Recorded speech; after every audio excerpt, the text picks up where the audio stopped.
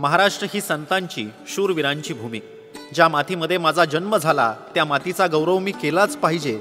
या मातीत जन्मलेल्या स्थानिक कलाकारांना माय मातीचा गौरव करण्यासाठी आदरणीय दादासाहेब यांनी गौरव मराठी मातीचा भाग 1 या कार्यक्रमाचे 30 नोव्हेंबर 2009 रोजी लक्ष्मीबाई कन्या प्रशालेच्या 30x60च्या भव्य दिव्य रंगमंचावर 531 कलाकारांनी पहाटेच्या घनश्याम सुंदरा ते शेतकरी गीत ते कृष्णलीला गीत ठसकेबाज लावणी अशा मराठी मनाला भुरळ घालणारी 22 गीतं या कार्यक्रमात सादर केली. हा कार्यक्रम लाखो प्रेक्षकांनी अनुभवला.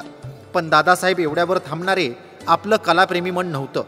स्थानिक कलाकारांच्या आग्रहानंतर रसिक प्रेक्षकांच्या उदंड प्रतिसादानंतर गौरव मराठी मातीचा भाग 2 28 डिसेंबर 2013 रोजी विजयसिंह मोहिते पाटील क्रीडा संकुल अकलूज या ठिकाणी आपल्या संकल्पनेतून पुन्हा एकदा सादर झाला.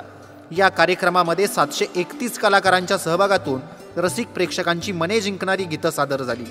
या कार्यक्रमाचं वैशिष्ट्य म्हणजे गड आला पण सिंह गेला या शौर्यगाथेला रसिक प्रेक्षकांचा उदंड प्रतिसाद मिळाला.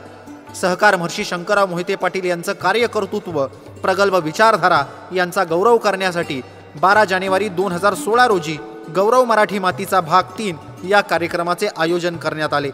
स्मृती भवनच्या बादशाही रंगमंचावर 333 विद्यार्थी कलाकारांनी हा नृत्य महोत्सव 20 गीतांच्या माध्यमातून साजरा केला. दादासाहेब, आपण सदैव कलाकार रसिक प्रेक्षक यांचाच विचार केलात. अशा आदरणीय बाळदादा यांच्या अतुलनीय कार्याला आमचा मानाचा मुजरा.